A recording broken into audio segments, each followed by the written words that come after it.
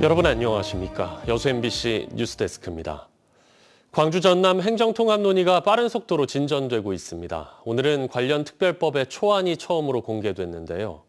수도권에 대응할 수 있을 정도의 자치권과 재정을 확보하기 위한 다양한 특례 조항들이 담겼습니다. 천홍희 기자가 취재했습니다. 하층 광주 전남 특별시 설치를 위한 특별법 공청회가 열렸습니다. 공개된 특별법 초안에는 자치권 강화 등 9개 분야에서 300건의 특례 조항이 담겼습니다. 연방정부의 준하는 분권을 목표로 정부의 권한을 대폭 지방에 넘기는 것이 특별법의 핵심입니다. 이번 기회에 확실하게 중앙에서 걷어내면서 저는 지방분권의 새로운 길로 가야 되고 지방분권 시대를 확실하게 선언해야 된다 이렇게 봅니다. 지방분권을 위해 특별법 초안에는 최대한의 재정을 확보하려는 광주 전남의 의지가 담겼습니다. 양도소득세와 부가가치세 등 정부가 걷는 국세의 일부를 지방으로 이전하는 방안과 광주시와 전남도가 현재 받는 교부세에 더해 추가로 재정 지원을 받는 방안 등이 함께 제시됐습니다. 구체적인 지원 비율이 정해지지 않았지만 이 안이 그대로 통과될 경우 광주시와 전남도는 연간 최대 11조 원 규모의 재정 확보가 가능할 것으로 예상하고 있습니다. 국가가 가지고 있는 국세의 일부가 지방으로 이전이 되겠습니다. 통합된 특별자치, 특별시에 대해서는 별도의 추가적인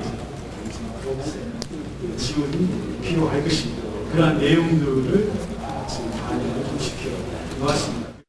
다만 재정 지원이 일회성에 그치지 않도록 제도적 장치가 필요하다는 지적도 나왔습니다. 지방교부세의 1% 또는 지방교육교부금의 몇 %로 제도화를 만들 때 지속 가능한 재정 확보가 될 거라는 생각입니다. 그동안 우려됐던 통합에 따른 불이익을 막기 위해 지역민이 기존에 누리던 혜택이 사라지거나 새로운 부담이 생기지 않도록 하는 불이익 배제 원칙도 법안에 담겼습니다. 또 광주시와 전남도 공무원들은 기존 관할 지역에서 근무하는 것을 원칙으로 하는 조항도 마련됐습니다. 논란이 되고 있는 시도의회 의원 정수 문제는 초안에 포함되지 않았습니다. 한편 광주시와 전남도는 다음 주부터 각각 광주 동구와 영암 순천을 시작으로 주민 설명회에 돌입합니다. 의견 수렴을 거쳐 법안을 보완한 뒤 1월 말 발의와 2월 국회 통과를 목표로 하고 있습니다. 특별법 초안에 담긴 자치권 강화와 재정 확보 특례 방안들이 국회 논의 과정에서 어느 수준까지 반영될지가 앞으로 쟁점이 될 것으로 보입니다.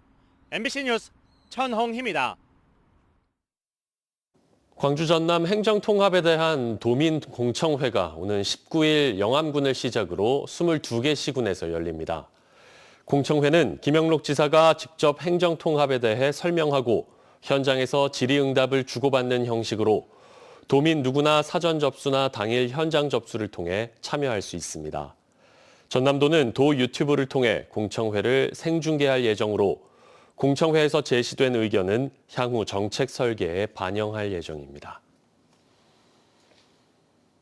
이처럼 행정통합 논의가 지역의 이슈를 블랙홀처럼 빨아들이면서 선거를 앞둔 정치권을 당혹스럽게 하고 있습니다. 지방선거 열기가 조금씩 달아오를 시기지만 크고 작은 정치적 이슈들이 별다른 주목을 받지 못하고 있는데요. 특히 행정통합 논의의 주도권이 민주당 쪽으로 쏠리면서 다른 정당들은 더 긴장하는 분위기입니다. 문영철 기자의 보도입니다. 지방선거를 넉 달여 앞두고 열린 국회 정치개혁특별위원회 전체 회의. 선거구 획정 논의 등이 본격적으로 시작됐지만 광주 전남에서는 행정통합이 최대 현안으로 떠올랐습니다. 특히 2인 선거구 확대 움직임 등 정치 지형에 영향을 미치는 중요 이슈마저 여론의 관심에서 멀어진 분위기입니다. 긴급하고 중대한 문제들은 사라져버리고 마치 블랙홀처럼 빨려가고 있는 것에 대한 매우 심각한 우려를 가지고 있고요. 정권 교체 이후 처음으로 치러지는 지방선거를 겨냥해 소수 정당들은 서둘러 출마자들을 확정하고 지지세를 넓히는 데 집중하고 있습니다. 하지만 거대 현안인 행정통합 이슈를 민주당이 주도하고 정부까지 힘을 실어주고 있어 민주당 후보군에게 표심이 쏠리지 않을지 긴장하는 분위기가 역력합니다. 완전 민주당이 주도하는 지방선거가 될 가능성이 더욱더 높아져 버렸습니다. 그러다 보니 다른 정치 세력들의 목소리가 작아질 수밖에 없는 상황이 발생되고 있고요. 민주당 독점 구도를 타파하기 위해 소수 정당들 사이에서 제시되는 해법은 이른바 몸집을 키우는 것. 목포 등 일부 지역에서 이루어지고 있는 정당 또는 후보들 간의 연대 논의가 다른 곳까지 확대될 가능성이 높습니다. 진보 야사당의 협의들이 몇 차례 있었고요. 그런 흐름들을 좀 더 확장하면 전남의 동부권이라든가 이런 지역에서도 진영을 확대할 수 있는 논의들이 자연스럽게 좀 제기될 거라 봅니다. 일각에선 예비 후보 등록이 시작되는 다음 달 말까지는 후보 단일화 등에 대한 구체적 밑그림을 도출하자는 의견을 내고 있어 열세를 극복하기 위한 소수 정당들의 논의는 더욱 속도를 낼 것으로 보입니다. MBC 뉴스 문형철입니다. 정부가 의과대학이 없는 지역에 의대 신설을 고려하겠다는 방침을 공식적으로 내놨습니다. 국립순천대학교와 목포대는 전남 통합국립의대 설립을 추진 중인데요. 내일 순천대 학생 대상 통합 찬반 재투표에 관심이 쏠립니다. 유민호 기자입니다. 의대 없는 지역의 의대 신설에 따른 인력 양성 규모와 배출 시점을 고려하겠다. 의대 정원 확대 열쇠를 진 보건복지부 보건의료정책심의위원회가 지난 13일 3차 회의에서 논의한 내용입니다. 전국에서 의대가 없는 유일한 광역단체 전남. 이번 보정심에서 정부의 전남의대 신설 방침이 공식 확인된 셈이지만 문제는 구체적인 개교 시기가 특정되지 않았다는 데 있습니다. 대학과 지역사회가 목표로 내세운 오는 2027년 개교에 맞추려면 추가 동력이 필요해 보이는 배경입니다. 보정심의에서 설 이전까지 확정이 되면 지금까지 저희가 공동설립준비위원회에서 논의해왔던 예산, 시설, 그다음에 인력 이런 것 확보 방안에 대해서 검토를 해서요. 27년 개교를 목표로. 전남국립의대 설립이 현실로 다가온 가운데 관건은 내일 열릴 국립순천대 학생 대상 찬반 재투표입니다. 투표는 내일 오전 9시부터 오후 6시까지 학생 6,300여 명을 대상으로 전자투표로 진행됩니다. 지난해 말 투표 참여 학생 60%가 대학 통합에 반대했는데 재투표에서 어떤 결과가 나올지 장담할 수 없는 상황입니다. 학생 반대가 다시 우세하다면 대학 통합은 동력을 잃고 사실상 무산될 가능성이 큽니다. 학교에 일정한 심의 단계가 있거든요. 학무회의가 있고요. 교수 평의회가 있고 대학 평의회 과정을 거쳐서 그쪽에 나오는 결과를 겸허히 받아들이겠다는 의미입니다. 그러니까 추진 동력은 상실이 된다는 부분이겠죠. 대학은 어떤 결과가 나오더라도 구성원 의사를 존중하겠다는 방침인데 만약 통합이 무산될 경우 양대학 공모 방식을 거쳐 의대 정원을 한쪽에 배정하는 예전 방식으로 돌아갈 가능성이 거론되지만 순탄치 않은 진행이 불가피합니다. 찬성으로 결과가 나온다면 대학은 이번 달 안에 교육부와 통합 절차를 마무리하겠다는 계획입니다. 전남 국립의대 신설 청신호가 켜진 가운데 이제 학생들의 두 번째 선택에 관심이 쏠리고 있습니다. MBC 뉴스 유민호입니다. 전남도 의회가 국립순천대 학생들을 대상으로 한 대학 통합 찬반 재투표에 구성원들의 적극적인 참여를 독려했습니다. 도의회 통합국립의대 설립 지원 특위는 이번 재투표가 전남 국립의대 설립 향방을 가를 매우 중대한 절차라며 이같이 밝혔습니다. 의대 특위는 의대 정원 확대 논의에서 이제 정책 결정 절차가 본격화되고 있다며 전남 국립의대 설립은 장기 과제가 아닌 현실적인 정책 국면에 진입했다고 강조했습니다. 이어 재투표는 어떤 부담이나 압박 없이 자율적으로 이뤄져야 한다며 대학과 전남도의 100년 대계를 위해 구성원 모두가 미래를 결정하는 주체로서 적극 참여해 주길 바란다고 당부했습니다. 여수 광양항을 북극항로 진출을 위한 국내 거점 항만으로 육성해야 한다는 지역의 요구가 커지고 있습니다. 광양시가 정부 부처를 방문해 지역의 의지를 전달하고 구체적인 방향성을 제시할 용역에도 착수할 계획입니다. 김주희 기자입니다. 지구온난화의 영향으로 세계 물류업계에 주목을 받고 있는 북극항로. 북극항로는 북극해를 통해 아시아와 유럽, 북미를 연결하는 해상 운송 항로입니다. 현재 국내에서는 여수 광양항을 포함한 부산항, 울산항 등 4개 항만이 주도권 경쟁을 벌이고 있는 모양새입니다. 광양시는 이재명 정부 국정과제 가운데 하나인 K해양강국 건설을 위해 여수 광양항을 북극항로 경제권 항만 개발의 거점으로 육성해 줄 것을 촉구했습니다. 여수 광양항이 국내 총 물동량 1위 항만으로 국내 유일의 LNG 터미널과 벙커링 시설, 원유, 철광석 등 북극 자원을 직접 소비할 수 있는 대규모 제조 기업들이 집적해 있는 잠재력과 경쟁력을 갖춘 항만이라는 겁니다. 친환경 에너지와 관련된 LNG라든가 수소, 암모니아, 철강, 석유화학 쪽에는 우리가 보통 이런 화물 비컨테이너 화물이라고 하거든요. 네. 여기에서는 북극 항로에서 처리한 화물과 화물 구조와 완전히 매칭이 되고 있습니다. 시는 여수 광양항이 북극 항로 시대를 이끌어갈 거점 항만으로 자리매김할 수 있도록 전략 수립 연구 용역에도 착수할 방침입니다. 이와 함께 항로 수심 확보 등 항만 인프라 확충 계획도 추진하고 있습니다.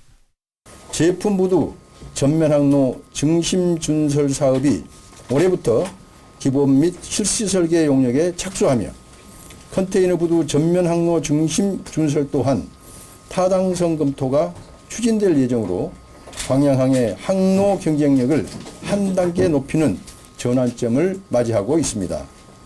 해양수산부는 올해 9월 북극항로 시범 운항을 추진 중입니다. 여수 광양항이 정부의 시범 운항 대상 항만에 포함돼 북극항로 실증 항만으로 성공적인 역할을 할 수 있도록 광양시도 행정 역량을 집중해 나갈 계획입니다. MBC 뉴스 김주입니다. 전라남도가 올해를 석유화학과 철강산업의 대전환 원년으로 선포하고 4조 6천억 원 규모의 프로젝트를 추진합니다.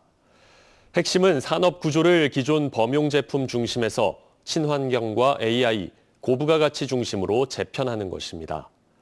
이를 위해 수소 환원제철 전환과 소부장 특화단지 육성에 나서고 위기 지역인 여수 광양에 대한 고용과 금융 지원도 확대할 방침입니다.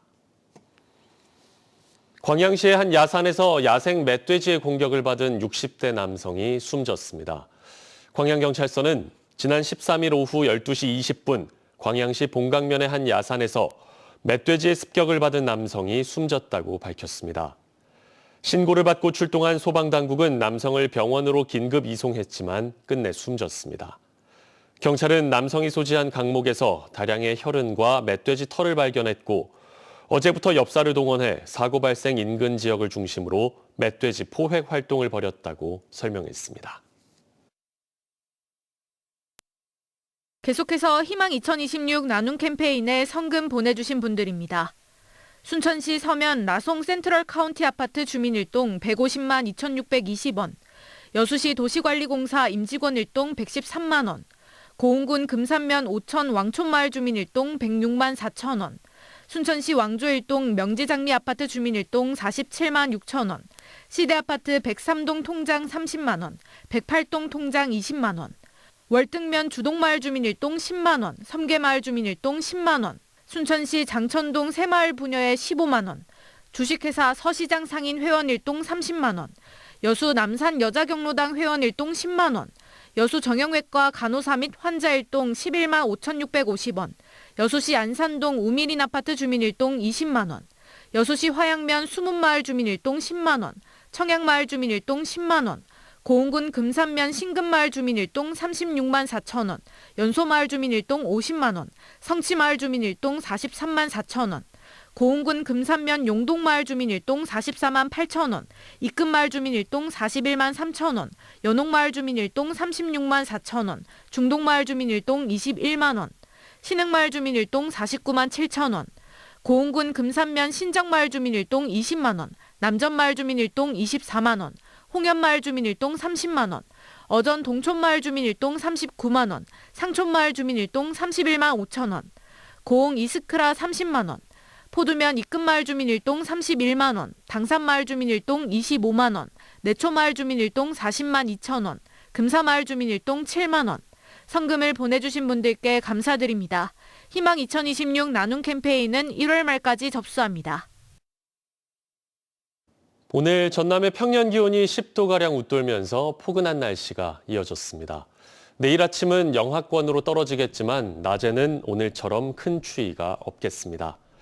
최저 기온은 영하 2도에서 3도 사이에 머물겠고 낮 최고 기온은 12도에서 16도가 예상됩니다. 파도는 남해서부 앞바다에서 최고 0.5m, 먼바다에서 1m로 비교적 잔잔하게 일겠습니다. 이번 주말까지 대체로 맑은 가운데 따뜻한 날씨가 이어질 전망입니다. 여자만 등 전남 동부 지역 해역에 저수온주의보가 발령됨에 따라 지자체가 피해 예방 대책을 추진합니다. 여수시는 양식어가 밀집 지역을 중심으로 현장 지도와 예찰 활동을 강화하고 특히 올해는 저수온 특보가 해제될 때까지 비상근무 체계를 유지할 방침이라고 밝혔습니다. 여수시는 또 최근 지속된 한파로 연안 수온이 급격히 내려가고 있다며 양식 생물에 대한 사료 공급을 제한하고 수온 변화 등에 관심을 기울여 줄 것을 당부했습니다. 지난해 여수해경 관내에서 해양사고 256척이 발생해 전년보다 16.6% 줄었습니다. 사고 유형별로는 기관 추진기 손상과 부유물 감김 사고가 각각 20척 이상 감소한 반면 배터리 방전과 연료 고갈로 발생하는 운항 저해 사고는 30척 늘었습니다.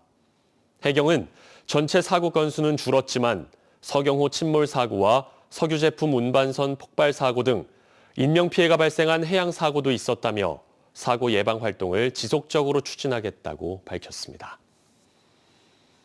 광양만 환경포럼이 연포 일반산단 내 폐기물 처리 시설 입주 계획에 대해 강한 반대 입장을 밝혔습니다. 광양만 환경포럼은 광양시 황금동 연포 1원 53만 7천 제곱미터 부지의 조성 계획인 연포 일반산단에 대규모 폐기물 매립장이 들어설 예정이라며 인근 2천여 세대 주민들의 심각한 정주 여건 악화, 교육 환경과 건강권 침해 등을 우려했습니다. 포럼은 이와 함께 전직 광양시의 고위직 공무원들이 산단 사업자에 합류해 인허가 과정에 영향력을 행사하고 있다며 관피하 구조 의혹까지 함께 제기하고 나서 논란이 확산하고 있습니다. 여수 MBC 뉴스데스크 마칩니다. 여러분 고맙습니다.